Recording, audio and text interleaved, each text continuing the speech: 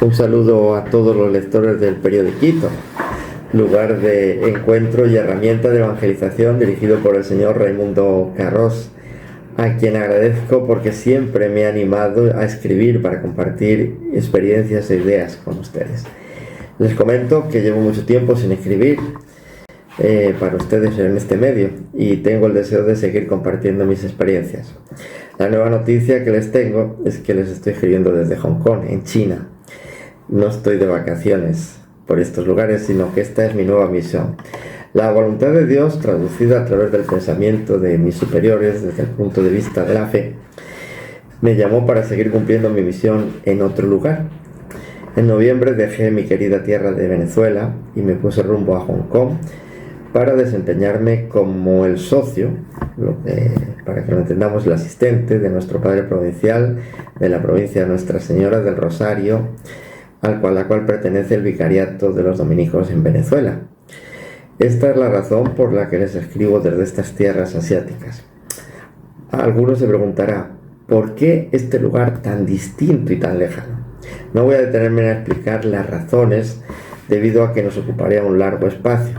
En este momento lo voy a dedicar a compartir con ustedes cómo se fue dando en mí la experiencia como misionero. Pero vamos a partir de qué es un misionero. Cuando yo era niño, al igual que mucha gente puede seguir pensando hoy, creía que los misioneros eran gente o personas que tenían que vivir una experiencia religiosa en otros países y que vivían en lugares muy pobres, remotos y aislados de la civilización, donde parece que solo se podía acceder con chalanas o en avioneta. Cuando yo llegué por primera vez a Venezuela en el año de 1993, con apenas un año de ordenado sacerdote, tuve que empezar a internalizar el significado de lo que implica para mí ser misionero a finales del siglo XX en un país como Venezuela. Mi primer destino fue la ciudad de Barquisimeto, un lugar muy diferente a mi tierra de origen. Lo único que tenían en común y que me daba alegría saberlo es que el fundador de la ciudad era Juan de Villegas, que venía de mi tierra, de Segovia, y el nombre de algunas urbanizaciones hacen referencia a este hecho. Supe que no tenía que adentrarme en ningún lugar de la sabana, ni tenía que vestir de modo extraño. Las celebraciones de la Eucaristía se hacían como en todos los lugares que conocía, y muchos cantos ya los había escuchado. Llegué en las vísperas de Navidad y eso me permitió conocer la tradición venezolana de las visas de aguinaldo y los cantos respectivos. El primer choque con mis costumbres fue el hecho de empezar a celebrar las fiestas de Navidad en camisa manga corta y saliendo a la calle sin abrigo, ya que estas eran mis primeras Navidades sin frío, sin nieve, sin heladas como siempre las había celebrado. También empecé a degustar la comida venezolana. Conocí lo que era una arepa, una yaca, el pan de jamón, la ensalada de gallina. Tuve que aprender a conocer lo que es un guayoyo, un marroncito, un negrito. Tuve que ir aprendiendo el significado de las expresiones náhuatl y muchas otras más que, aunque mi lengua materna es el castellano, encontré unos usos muy distintos del vocabulario. Todo esto me hacía ver que lo que Dios me estaba pidiendo era muy distinto a lo que yo imaginaba.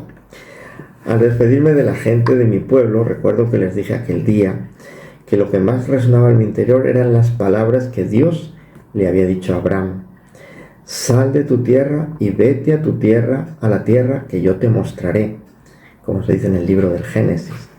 Así me sentía yo, dejando mi familia, mi pueblo, mis amigos y marchándome a un país del cual tenía buenas referencias de su gente, aunque con diferencias sociales marcadas. Mi inquietud en ese momento era que me encontraría en ese nuevo lugar, qué me encontraría en ese nuevo lugar y si como sacerdote dominico sabría cómo enfrentar los desafíos que me esperaban en esa localidad. Mi viaje hacia Venezuela lo hice con un compañero que podríamos decir que fue misionero como los de antes, pues su puesto de misión era camarata en la Gran Sabana. El camino se me hizo más llevadero por ir acompañado de alguien con experiencia misionera y que me era familiar por haber compartido algún tiempo en el convento, en el estudiantado, en el seminario para los dominicos. Le fui haciendo algunas preguntas y él me dio algunos consejos prácticos para tener en cuenta. Recuerdo que le pregunté que si no se aburría en la misión. En aquel entonces yo pensaba que ser sacerdote era decir una misa diaria y confesar alguna vez. Algo así había hecho en mi tiempo en Madrid. Él se quedó extrañado de mi pregunta y me dijo que para nada se aburría. Más bien, que no tenía tiempo para cumplir con todo lo que debía hacer, y así pasó. Mi experiencia al llegar a Barquisimeto en pocas semanas cambió y no he sabido lo que es aburrirse. Para concluir este primer texto sobre mi experiencia de la misión, he querido resaltar que mi ser misionero, primero de todo, es ser enviado. Fueron mis superiores quienes me enviaron considerando mis cualidades y las necesidades de la orden en Venezuela. Por otro lado, la misión requiere ponerse en camino. En mi caso me llevó lejos de mi familia y patria, aunque no siempre a todos se les pide lo mismo. La misión siempre lleva a salir de uno mismo e ir hacia nosotros, y con actitud humilde, ejemplo de Jesús, que fue enviado por el Padre y se humilló para ser uno de nosotros y cumplir su misión. Que Dios les bendiga.